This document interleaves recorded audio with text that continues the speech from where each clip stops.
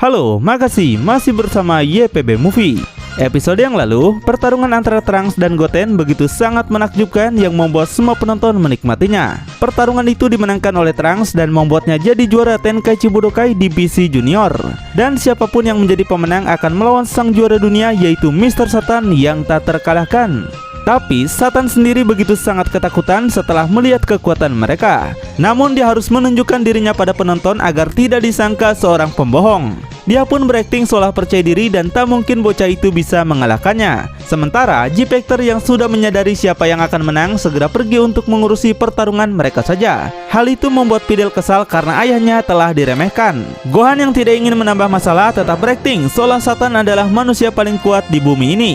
Sementara Satan telah membuka jubahnya dan telah bersiap untuk melawan Trunks. Dia melakukan pemanasan dulu yang membuat mata penonton yang menyaksikan begitu sangat bersemangat pahlawan mereka akan serius. Dan Trunks yang melihat itu menyadari Satan mungkin bukanlah orang sembarangan. Maka dari itu dia harus mengeluarkan semua kekuatannya untuk mengalahkan sang juara terkuat di dunia ini. Padahal kenyataannya tidak begitu. Satan hanya mengurangi rasa ketakutannya saja sebelum dia mungkin dihajar bocah ini. Satan pun meminta Trunks untuk mengurangi kekuatan pukulannya karena katanya ini hanya hiburan untuk semua orang loh. Tapi Trunks tetap tidak peduli. Dia akan serius melawan orang yang telah menjadi pahlawan di bumi. Wah, bisa bonyok ini kepala. Untuk itu, Satan mencoba berakting jika kakinya mengalami cedera akibat dulu pernah bertarung melawan Cell. Di saat wasit akan memanggil dokter, Satan kembali berdiri dan berkata jika dirinya sudah baikan untuk menghindari dokter mencurigainya. Alamak, alasan apa lagi yang akan Eke buat? Sekarang Satan sudah tak punya ide lain. Jika orang-orang sampai tahu yang sebenarnya, maka semua karirnya akan berakhir sudah. Tapi tiba-tiba Satan mendapatkan ide yang lebih brilian lagi. Karena saat ini lawannya adalah anak di bawah umur, jadi dia bisa berpura-pura mengalah saja yang pastinya penonton pun akan memaklumi hal itu. Ya, benar-benar encer ini otak. Dia pun kembali bersemangat dan meminta Trunks untuk mengeluarkan semua kekuatannya, tapi dengan lembut saja ya. Satan mendekatkan wajahnya pada Trunks yang membuatnya tanpa ragu langsung menonjok wajah Satan hingga tak bisa bertahan dan terbang menghantam tembok. Sang juara dunia benar-benar telah dikalahkan bocil hanya dengan satu pukulan. Wah, semua penonton terdiam 1000 bahasa melihat panutan mereka kalah dengan mudah. Wah, sang juara bohongan nih. Tapi inilah yang dimaksud Satan sebelumnya. Dia pun bangkit lagi dengan semangat dan berpura-pura mengalah dari bocah itu demi membuatnya senang. Hal itu sontak membuat penonton kembali menyorakinya dan berpikir jika Satan mungkin hanya sengaja mengalah. Hei, inilah kemampuan sang juara dunia yang sebenarnya. Sementara Trunks yang tidak menyadari hal itu merasa jika Satan mungkin beneran kuat karena masih bisa bangkit dari pukulannya. Tapi sekali lagi itu sebenarnya hanyalah akting Satan saja ya. Dia yang kini telah kembali ke ruangannya langsung mengekspresikan kesakitannya yang begitu mendalam setelah mendapat pukulan dari Trunks. Oh, sakit sekali. Dasar bocah gendeng. Kemudian setelah divisi junior selesai, semua anggota G-Factor akan pergi ke ruang ganti untuk beristirahat sejenak sebelum pertandingan mereka dimulai.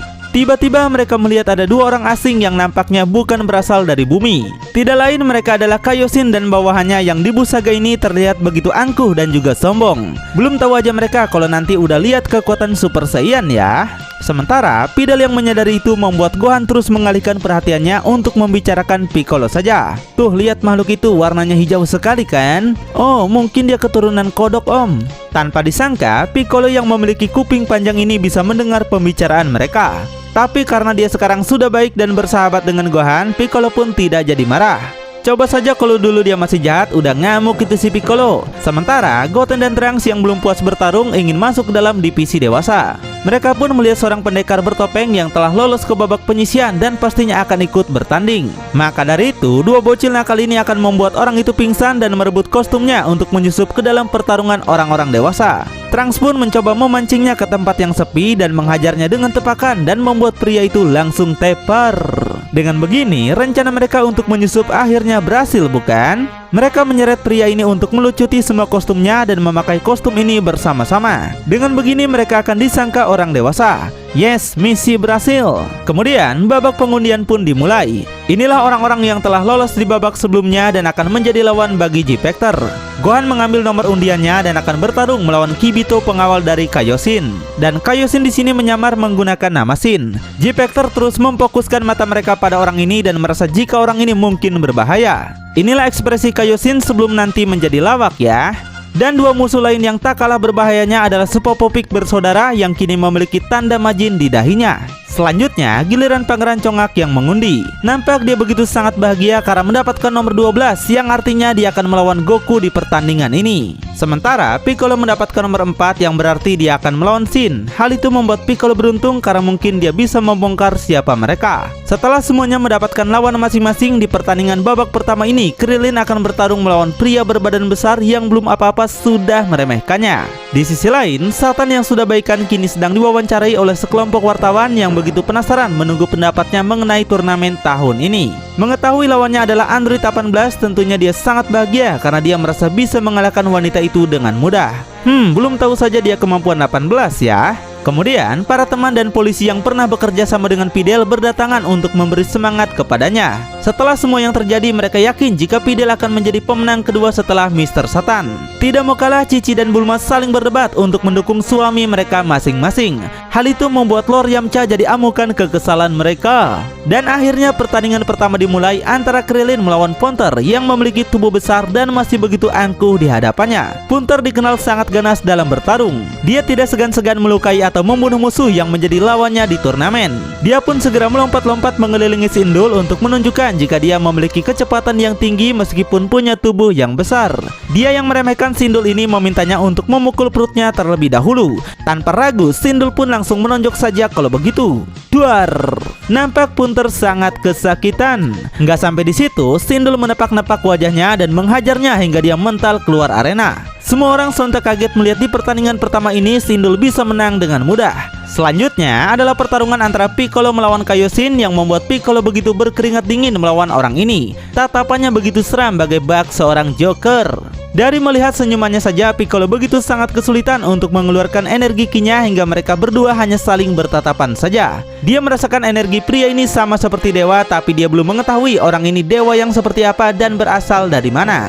Piccolo bisa merasakan hal itu karena dia telah bersatu dengan dewa dan menyadari jika orang ini memiliki tingkat di atas seorang dewa di bumi. Oleh karena itu, Piccolo lebih memilih untuk menyerah daripada dia harus mati ketakutan. Kemudian pertandingan selanjutnya yaitu Fidel melawan Sepopopik yang kini sudah berkeringat juga. Di saat peserta lain menyentuh tubuhnya, tangannya langsung kesetrum yang membuatnya begitu ketakutan, tangannya tiba-tiba gosong. Sementara Fidel yang telah menjadi pahlawan di Kota Satan begitu sangat digandrungi oleh semua penggemarnya. Di sisi lain, Piccolo yang kini sedang mengobrol dengan mereka begitu sangat terkejut mengetahui jika orang ini memang ternyata adalah Dewa Kaioshin. Sedikit informasi, di atas Dewa Bumi ada yang namanya 4 Dewa Kaio, yang salah satunya adalah Raja Kai teman Goku. Di atasnya lagi ada Grand Kaio yang lebih tinggi lagi, yaitu adalah orang ini sebagai Kaioshin. Jadi begitu ya. Sungguh peringkat yang sangat jauh dari Dewa Bumi, bukan? Balik lagi ke pertandingan, nampak Fidel sedang melancarkan serangannya bertubi-tubi pada tubuh Sepopopik dan berhasil menghajarnya jatuh. Sepopopik maju lagi menyerang tapi dihajar balik lagi terjatuh. Dia benar-benar nampak sangat lemah sampai Fidel terus menghajarnya dengan telak. Goku dan semua J-Factor yang melihat itu begitu kagum atas kekuatan Fidel. Tapi tentunya Pangeran Congak akan berkomentar, itu cuma pertarungan kelas rendah bro. Tapi makhluk kepala batu ini begitu sangat tangguh. Dia bangkit lagi dan lagi yang membuat Goku dan Vegeta mulai penasaran dengan apa yang sebenarnya terjadi. Sekali lagi Fidel menghajar si botak dan mengultinya dengan gerakan Smackdown yang membuat orang ini tepar lagi. Tapi Fidel begitu kelelahan karena staminanya mulai habis. Tiba-tiba si botak ini bangkit lagi dengan senyuman sinis kepadanya. Goku yang menyadari sesuatu meminta Fidel untuk segera menyerah karena hal buruk mungkin akan segera terjadi. Si botak maju ke hadapannya dan menampar Fidel hingga dia kini yang mental. Gak sampai di situ, si botak ini mengakhirinya dengan menghajar Fidel keluar arena. Di detik-detik sebelum Fidel terjatuh, dia menggunakan jurus terbangnya hingga tubuhnya tak keluar arena yang membuat semua orang terkejut. Tapi Goku sama sekali tak merasa aneh. Dia lebih ingin Fidel keluar arena saja daripada Fidel nanti bonyok dihajarnya. Sementara Fidel yang udah sangat kelelahan mencoba menghajar lagi si botak hingga kepalanya berputar ke belakang dan akhirnya tepar. Melihat hal itu, semua penonton terkejut karena mungkin Fidel telah membunuh si botak karena tendangannya yang begitu keras. Dan hal itu menyebabkan Fidel akan didiskualifikasi. Namun belum sempat wasit melanjutkan perkataannya, tiba-tiba si botak ini kembali bangkit yang membuat semua orang lagi-lagi terkejut. Bahkan dia dapat membalikan kepalanya lagi dengan mudah. Si botak begitu senang karena katanya pertarungan yang sebenarnya baru saja akan dimulai. Si botak langsung melancarkan tendangan untuk menyiksa Fidel dan membuat hidungnya berdarah. Saran Goku sebelumnya ternyata adalah benar. Fidel lebih baik menyerah saja sebelum hal buruk terjadi. Fidel pun terbang ke udara untuk memulihkan diri. Namun si botak ini juga ternyata bisa terbang dan langsung meluncur ke arah Fidel dengan sangat cepat. Fidel yang sudah sangat kelelahan begitu terkejut melihat hal itu. Lalu apakah sebenarnya rahasia yang disembunyikan oleh si Popopik ini? Tonton kelanjutannya di channel YPB Movie, channelnya anime masa kini.